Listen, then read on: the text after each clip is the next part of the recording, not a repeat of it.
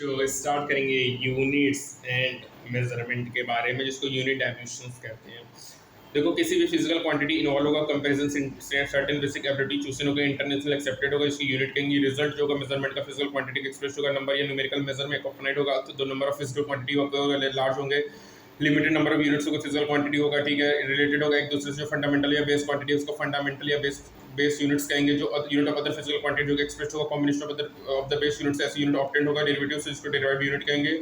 और यहाँ पे देखो सिस्टम ऑफ यूनिट्स होता है जो सीजीएस होगा, एफएस होगा और एमकेएस होगा। सीजीएस में क्या होगा, सेंटीमीटर ग्राम सेकंड होगा, एफएस में फुट पाउंड सेकंड होगा, एमकेएस में मीटर किलोग्राम सेकंड होगा। ऐसा यूनिट होता है बच्चों, तुमको पता है कि 1971 में हुआ था, जिसमें कॉमर्शियल होता है। ऐसा यूनिट डेसिमल सिस्टम कन्वर्जन करेगा, क्वाइट सिमिलर होगा, कन्वीनिएंट होगा बच्चों। 7 बेसिक यूनिट होता है बच्चों, ठीक है। और यहाँ पे मोर देन 2 यूनिट और होते हैं बच्चों। एक प्लेन एंगल डी थीटा होता है जो कि रेशियो होता है आर्क अपॉन रेडियस, और सॉलिड एंगल होता है जो कि रेशियो होता है area upon area spectral area of the spherical surface, ratio of the intercepted area of the spherical surface is describe होगा बच्चों। सेंटर होगा, square of the radius R होगा, जो कि रिस्पेक्टिव होगा। जो यूनिट ऑफ प्लेन एंगल होगा बच्चों वो रेडियन होगा, और सॉलिड एंगल का रेडियन होगा, सिंबल होगा, और दोनों ही डायमेंशन लेस होते हैं बच्चों। यहाँ पे एक अच्छी बात पता चली कि जो हमारा रेडियन और स्टेरेडियन है, जो प्लेन एंगल सॉलिड एंगल है, दोनों ही डायमेंशन लेस होते हैं बच्चों, ठीक है। अब बात करेंगे, देखो 7 फंडामेंटल यूनिट है। लेंथ है metre, mass KG, time second, electric current ampere, thermodynamic intensity candela, amount of CC mole, luminous intensity candela है बच्चों, इलेक्ट्रिक करंट एम्पीयर है बच्चों, ठीक है। अब देखो, जब मोल का यूज करते हैं तो एलिमेंट्री एंटिटीज होती हैं, स्पेसिफाइड होगी, एटम, मॉलिक्यूल, आयन होगा ईच पार्टिकल्स में। अब कुछ डिराइव्ड यूनिट है बच्चों अपेंडिक्स में, ठीक है।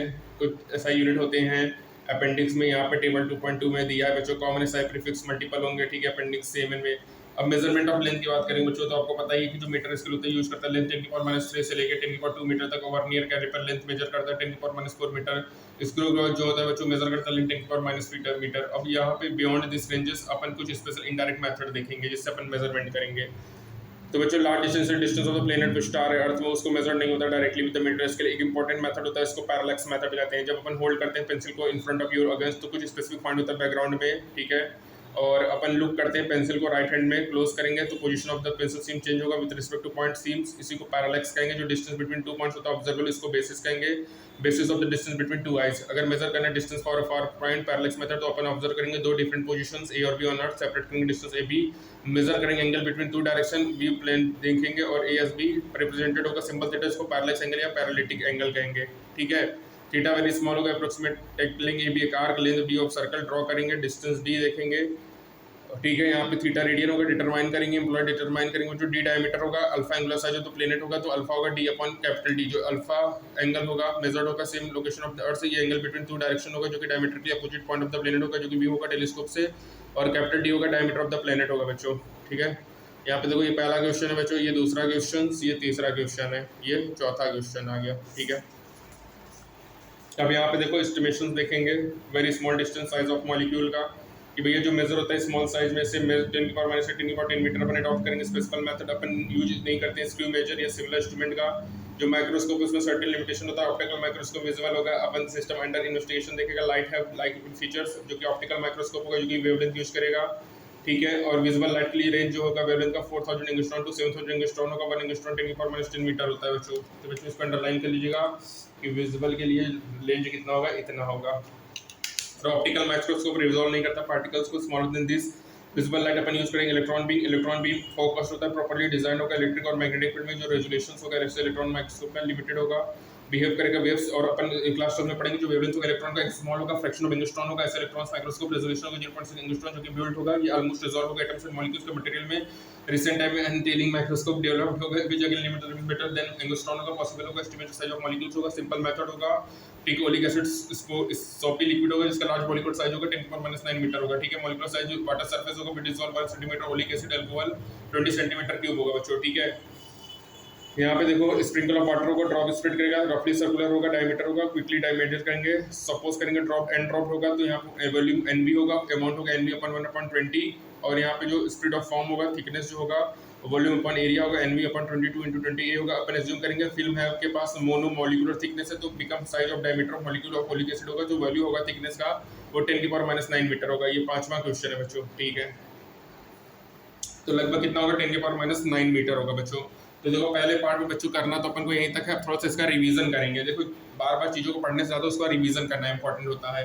तो अभी देखो मैं क्या क्या इंपॉर्टेंट बताया हूँ वो देखो। एक तो ये इंपॉर्टेंट है बच्चों, ओलिक एसिड एक सॉपी लिक्विड होता है, इसका लार्ज मॉलिक्यूलर साइज होगा, ऑर्डर 10⁻⁹ मीटर होगा। ठीक है, ये इंटरेस्टिंग फैक्ट में भी डाल देंगे बच्चों आपके लिए।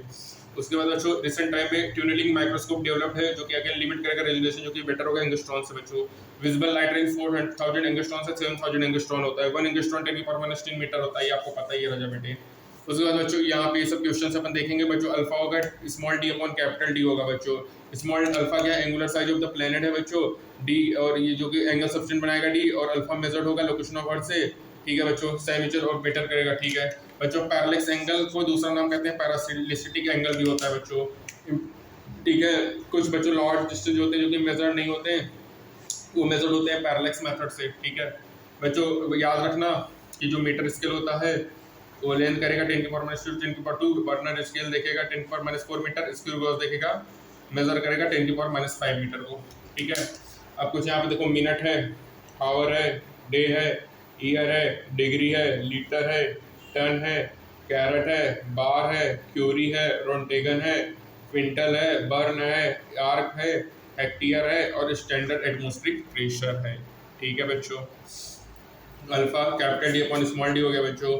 उसके बाद आपको 7 फंडामेंटल क्वांटिटी बताई दी है, length metre, mass KG, time second, electric current ampere, thermodynamic intensity kelvin, amount of substance mole, luminous intensity candela.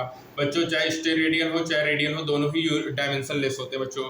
Radian होता है आर्क अपॉन रेडियस, ठीक है बच्चों, और सॉलिड एंगल जो होगा हमारा स्फेरिकल सरफेस अपॉन रेडियस होगा। ठीक है बच्चों, यूनिट क्या होगा, रेडियन स्टेरेडियन होगा, दोनों ही डायमेंशन लेस क्वांटिटी होगा बच्चों। सीजीएस यूनिट होता है, एफपीएस यूनिट होता है, सीजीएस होगा सेंटीमीटर ग्राम सेकंड, एफपीएस में फुट पाउंड सेकंड होगा, एमकेएस में मीटर किलोग्राम सेकंड होगा बच्चों। ठीक है बच्चों, याद रखना फंडामेंटल या बेस क्वांटिटी, फंडामेंटल क्वांटिटी को ही बेस क्वांटिटी कहते हैं। ठीक है बच्चों, और जो अदर जो कि एक्सप्रेस होता है ऑब्टेंड, उसको डिराइव्ड यूनिट कहेंगे, और जो कंप्लीट यूनिट होगा बोथ बेस और डिराइव्ड, उसको मिलाकर सिस्टम ऑफ यूनिट्स कहते हैं बच्चों। ठीक है, तो बच्चों ये हम पहले पार्ट में, और याद रखना कि स्टेट रेडियन रेडियन दोनों ही डायमेंशन लेस होंगे, दोनों का m0 l0 t0 होगा। ठीक है, तो बच्चों पहले पार्ट में अपन यहीं तक ही रखेंगे।